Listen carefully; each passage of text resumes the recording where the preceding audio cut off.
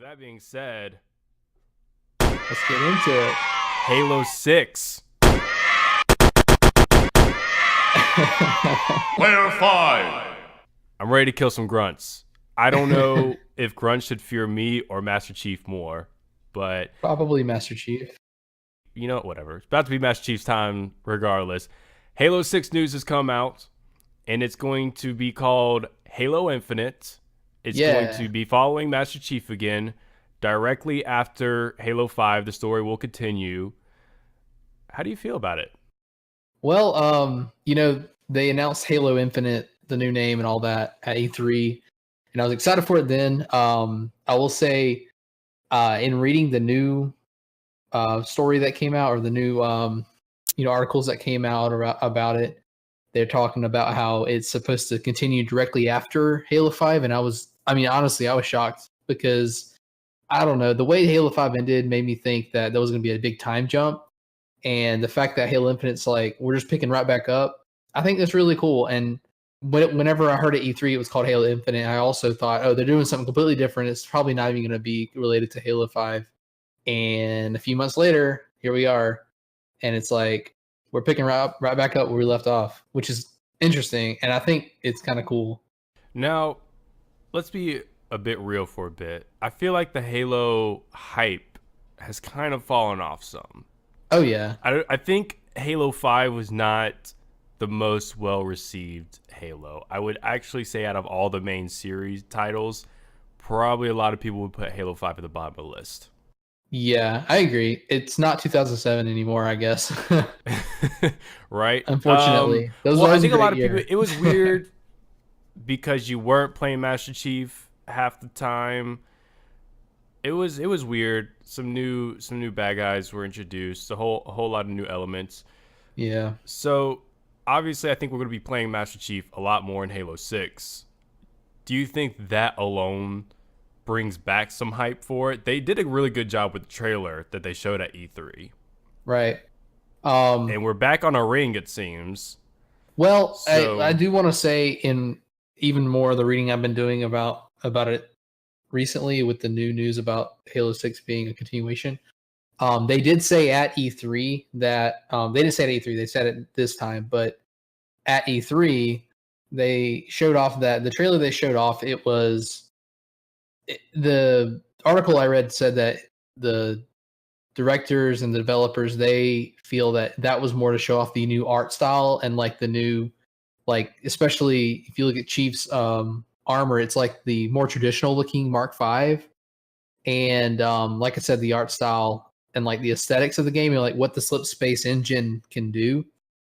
So really, I don't think what they showed at E3 was really anything like as far as gameplay goes, just like a little like teaser said, like, look, we're working on it. This is what we're using. Really like some teasers. Teaser.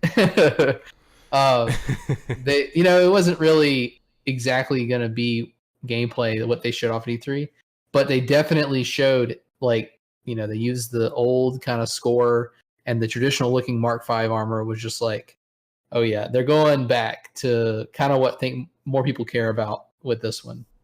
Yeah, I think so too. I think the way that it's been presented so far and the news has come out, I do think that they consciously knew that Halo 5, they needed to make a comeback. Oh yeah. I hope they get it together right. I also hope that the multiplayer experience gets better. Oh yeah. I agree.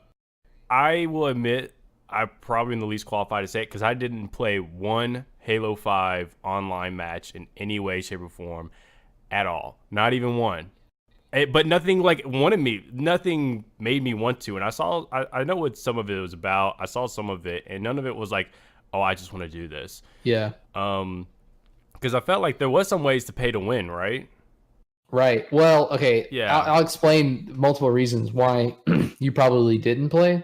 So it's not because I suck either. Well, no, I mean, not saying that. I'm just saying that in itself is a self-fulfilling prophecy, in that, so many people are playing Fortnite right now because it's word of mouth. Everybody's like, dude, you got to play this game. See, no one probably came to you and was like, dude, you got to play Halo 5, because Halo 5's multiplayer was really just disappointing, Right. So you kind of that's a solid reason not to play because none of your friends have been like, or like we got to play together, you know? Yeah, Um, word of mouth is always the number one tool for marketing. They teach you right. that in business, and that influences people more than any ad or online marketing can do. So you're right. Like no one really did go around and say, "Oh my gosh, Halo 5 multiplayer," because it was huge for 3, it was huge for Yeah. Reach. Hmm. Everybody was excited for those. So Exactly. And I think that's part of the reason that Halo 5 was so bad. It's just like they really did a very disappointing job on Halo 5's multiplayer. Okay. So to kind of get in detail with that, you said it was a pay to win part of it, and that's true. So they had a mode that to me it was apparent that they spent more time on developing this mode. It was called War Games, and it was either War Games or Warzone. I'm sorry, it's been a couple years actually, 2 years. But I played a lot of it with one of my friends, and I mean a lot. Like I played a lot of Halo 5 multiplayer, and that mode it was bigger. It had the biggest maps ever. It was like I forget how many players, but it was a lot of players on one map. It wasn't just like Slayer. It wasn't like 4v4 like Slayer has been in the past. And in that mode, they had like bosses you could kill to get extra points to win, and that mode was pay to win. And it happened to be the funnest mode in the game, honestly, because the old South Slayer, it was fun, but I just feel like they didn't spend as much time developing it. And so I think it was called Warzone. Warzone was a lot more fun. And I spent a lot more time on that, but it was pay to win. So that really was sad, especially when you pay $60 for the base game, you know? right. And listen, I'm one of the very last people who pays extra into stuff like that. The only thing you can get me on is paying way too much to unlock medals in Kingdom Hearts Union on the phone. Shame me.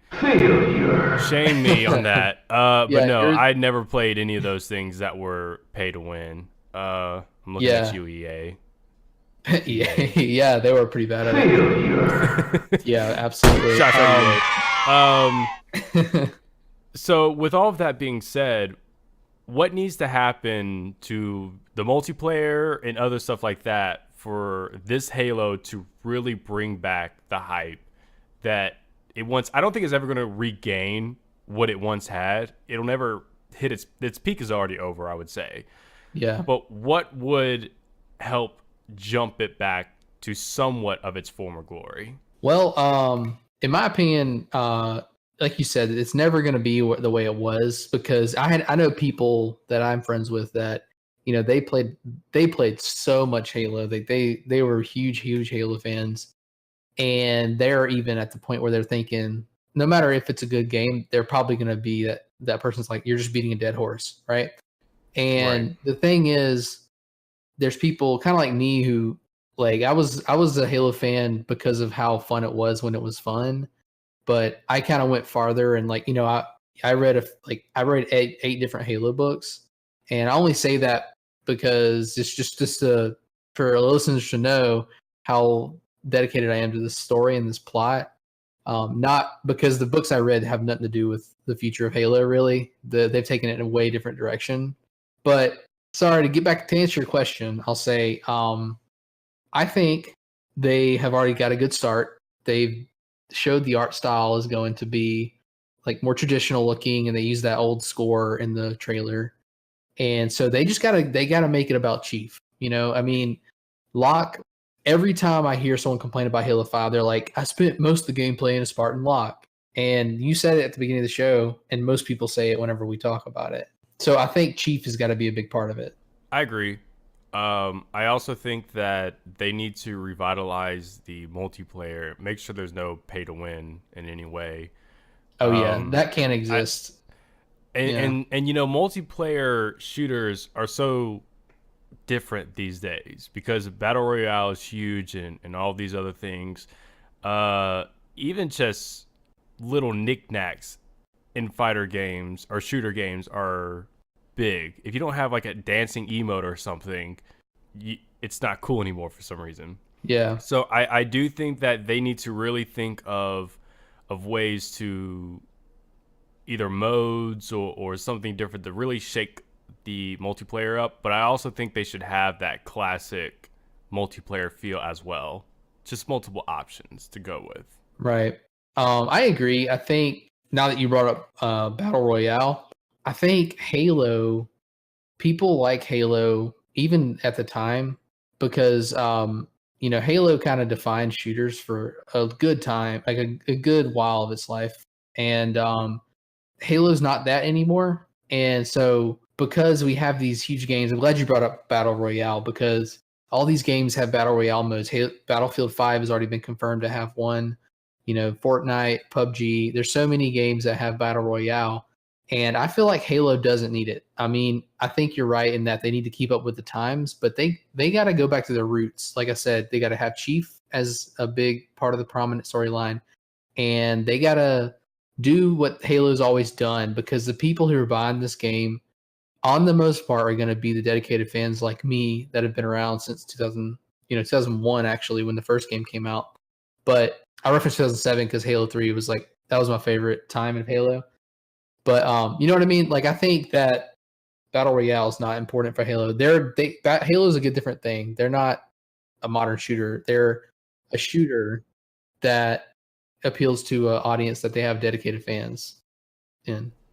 Well, just to throw an idea out, if they did something like a battle royale, I think they should definitely do it the Halo way. And what I mean by that is, I don't think they need to make a huge map, and I don't think they need 100 people. If I was the creator, or if I was 343 making this game, and if I was thinking of some kind of battle royale or last man standing, I would do it with the silent SMGs. Seriously, I would do the ODST style, like, and make it more of a sneaky thing, because it's been a while since I played ODST, so I'm probably going to sound whack trying to explain this. But then they have like visors and such to help them see things and do all these things. Yeah. I would make it like that to where it's more of a strategy sneaking like game and trying to outwit the other rather than just going out there shooting everybody. Hey, I actually kind of like that. That's a good idea. Because I don't think you could do the classic Halo weaponry and go for it. I think if you had the ODST people doing a last man standing, I think that would be really cool. Yeah, I like that. Analogy. Something like that would be great. And yeah, if they actually could make the multiplayer somewhat part of the storyline by saying like something along the lines of these ODSTs are in a covert operation, and kind of like how Counter-Strike has the terrorists and the Yes. yeah, right. So something like that, like it doesn't have to be story, but like making it sneaky, like at night with the ODST visor, I would love that. I've never thought about that, but that would be cool.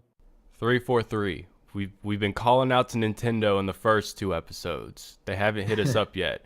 If you need ideas, 343, we are totally ready to sell out. We're only in episode 3. We're totally okay with selling out here. So I mean, if you need the ideas, hit us up. I'll get all the grunts for you. Don't worry. Yeah. I got you. All right. Well, because I don't want to spend like crazy long on this, but I did want to talk about the campaign. Specifically, how I kind of wish it will go. In Halo 6. How I see it going? Say again. You know how I see the Halo campaign going? How?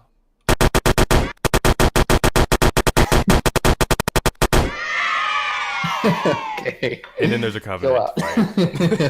Right? I'm sorry. Go ahead. You're good.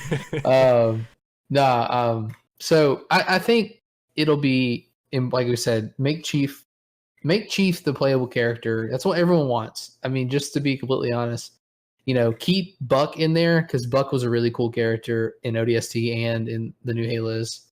Take Lockout. I'm sorry, I really don't know how they're so far in with the Locke storyline but most people, including me, we want him out. Like he doesn't matter to us. No one cares about him. 343 cares. No one else does.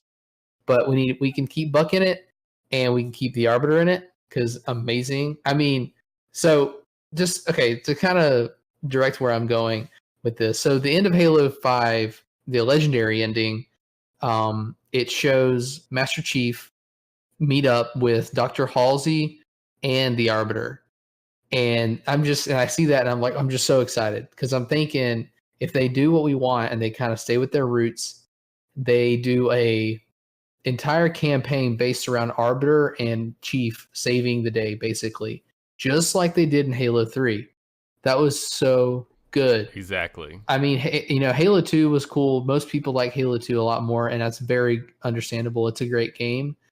But I personally like Halo 3 because in Halo 2, the Arbiter's still kind of like a bad guy, and he has a more of an arc in that game more than Halo 3. So I'll say storytelling for the Arbiter specifically is probably better in Halo 2. But in Halo 3, it's like we're in this world where the elites are good, and well, most of the elites are good, and the Arbiter is their leader, and the Arbiter and Chief are like awesome, cool, like dedicated superheroes working together, basically, and it's so fun. I feel like Halo 3 was a perfect mix between fan service and continuing the story.